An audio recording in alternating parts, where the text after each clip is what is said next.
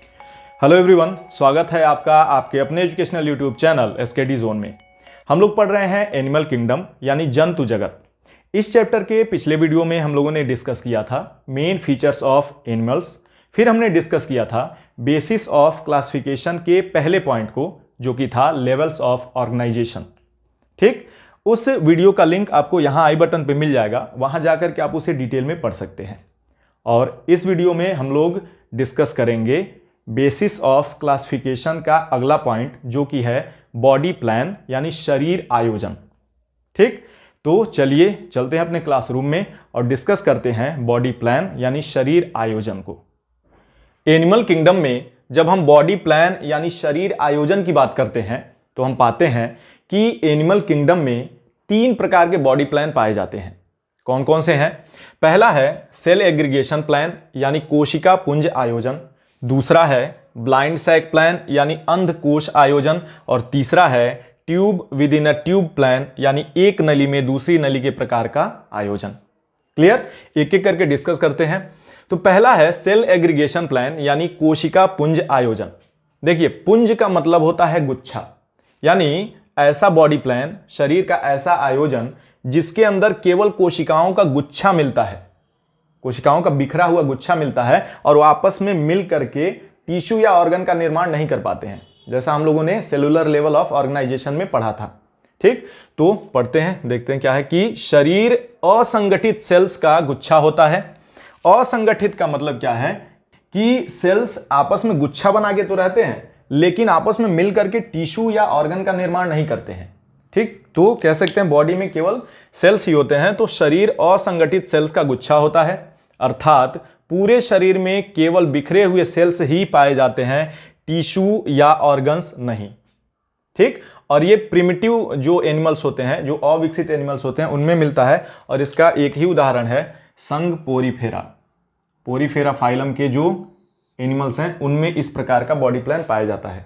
ठीक, अगला है ब्लाइंड सैक प्लान यानी अंधकोश आयोजन।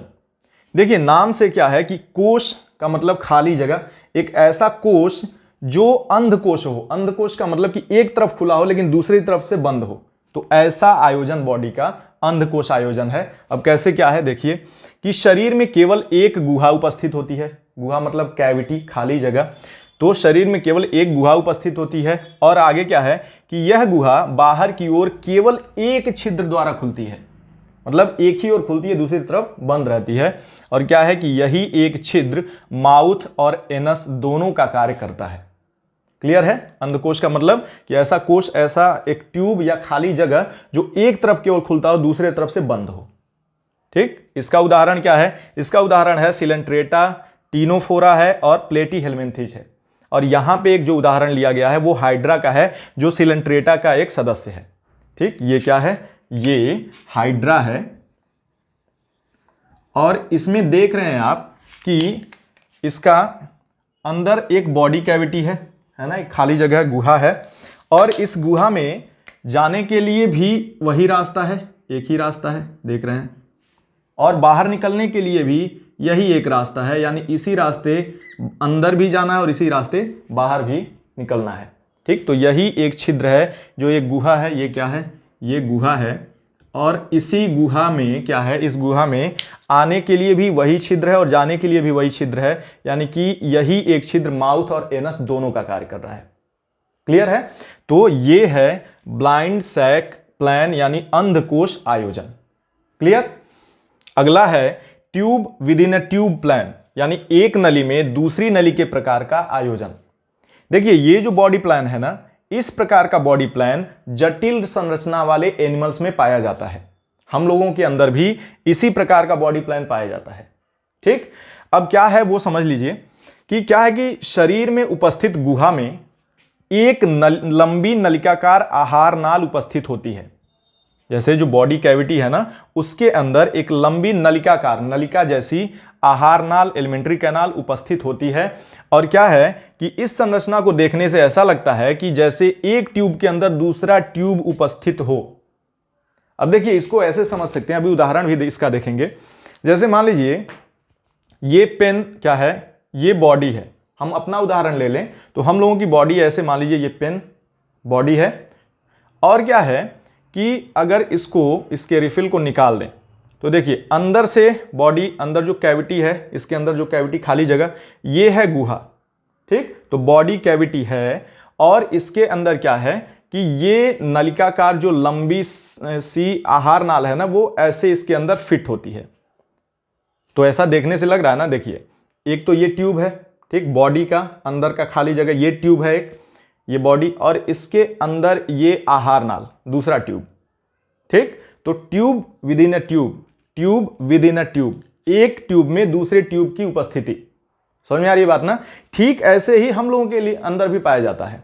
हम लोग क्या है कि अंदर हमारे कैविटी है, बॉडी कैविटी, जिसको थोरैसिक कैविटी और एब्डोमिनल कैविटी में बांटा गया है। तो उस कैविटी के अंदर ही तो उपस्थित होता है एलिमेंट्री कैनाल, आहार नाल, कहां से, माउथ से लेकर एनस तक फैला होता है, ठीक।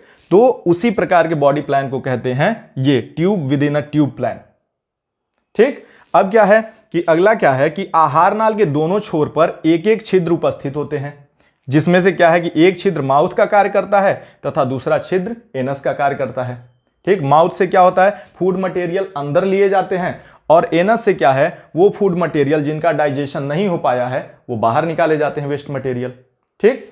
इसका उदाहरण है कहां से, एस्केलमेंथिस से लेकर के कॉर्डेटा तक के जो संघ हैं उनके प्राणियों में इस प्रकार का बॉडी प्लान पाया जाता है। और यहां पे जो उदाहरण लिया गया है वो लिया गया है किसका, एक मछली है, ये क्या है कि देख रहे हैं कि यहां मछली का ये जो हिस्सा दिख रहा है ना, ये बाहर का ये बनाया गया है, ये है बॉडी कैविटी इसका, यानी कि गुहा, ये जो दिख रही है संरचना, ये खाली जगह दिख रहा है ना, ये क्या है, ये गुहा है, बॉडी कैविटी है।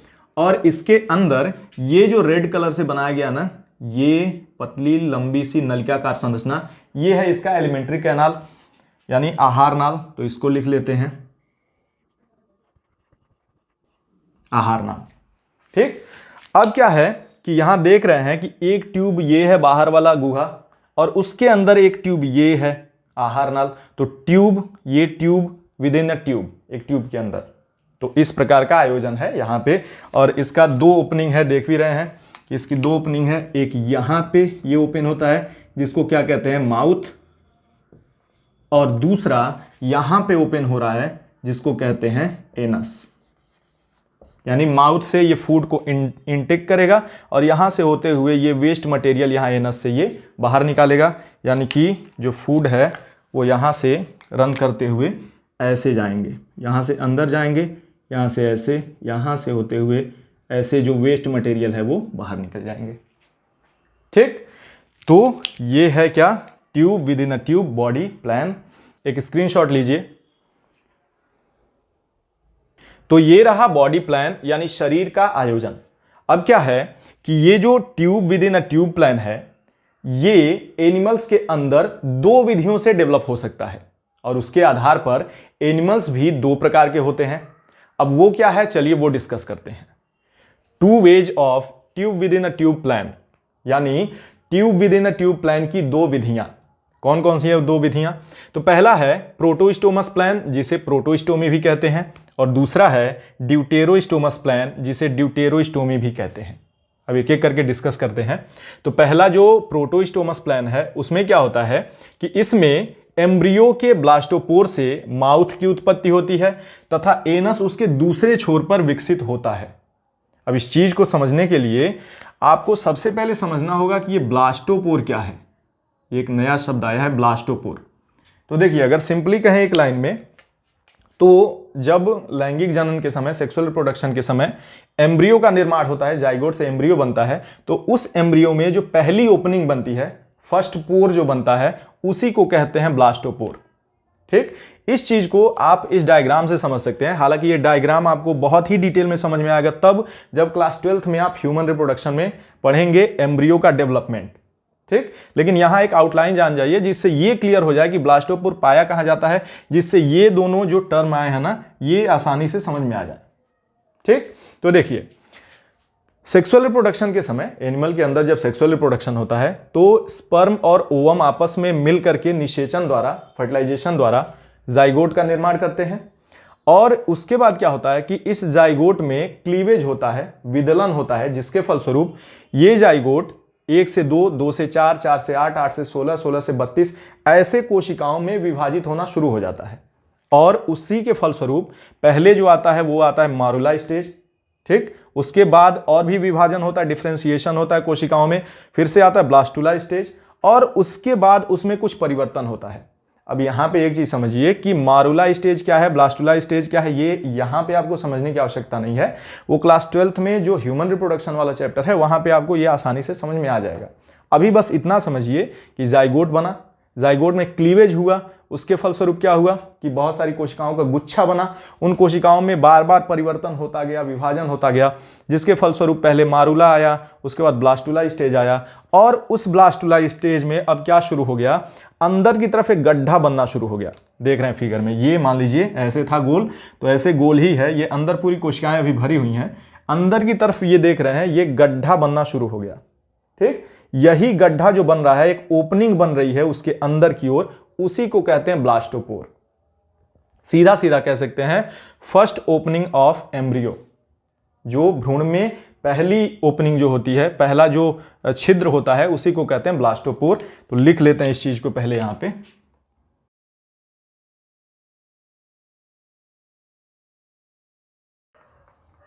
फर्स्ट ओपनिंग ऑफ एम्ब्रियो, यानी एम्ब्रियो के अंदर जो पहला ओपनिंग होता है उसी को कहते हैं ब्लास्टोपोर। क्लियर? अब समझ में आ गया ब्लास्टोपोर क्या है। अब क्या है कि अब समझिएगा ध्यान से, इसी ब्लास्टोपोर से, ये ब्लास्टोपोर जो है, ये जो ओपनिंग है फर्स्ट ओपनिंग ऑफ एम्ब्रियो, उससे अगर माउथ का निर्माण होता है, उससे अगर उस ऑर्गेनिज्म में माउथ का निर्माण होता है ब्लास्टोपोर से, तो उस स्थिति को कहेंगे, उस बॉडी प्लान को कहेंगे प्रोटोस्टोमस बॉडी प्लान, ठीक। और अगर इस ब्लास्टोपोर से एनस का निर्माण होता है तब उसे कहेंगे ड्यूटेरोस्टोमस बॉडी प्लान। क्लियर है? तो यहां पे इसको इंडिकेट कर देते हैं,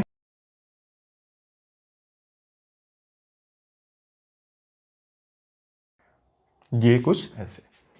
अब क्लियरली समझ में आ जाएगा कि देखिए ये ब्लास्टोपोर जो है, इससे अगर माउथ की उत्पत्ति होती है, माउथ की उत्पत्ति होती है, तो उसे कहेंगे प्रोटोस्टोमस प्लान। और अगर उस ब्लास्टोपोर से एनस की उत्पत्ति होती है, माउथ की नहीं बल्कि एनस की उत्पत्ति होती है, तो उसे कहेंगे ड्यूटेरोस्टोमस प्लान। क्लियर? अब फिर से एक बार देखते हैं क्या है। तो देखिए प्रोटोस्टोमस प्लान वो है जिसमें क्या होता है कि इसमें एम्ब्रियो के ब्लास्टोपोर से माउथ की उत्पत्ति होती है तथा एनस उसके दूसरे छोर पर विकसित होता है।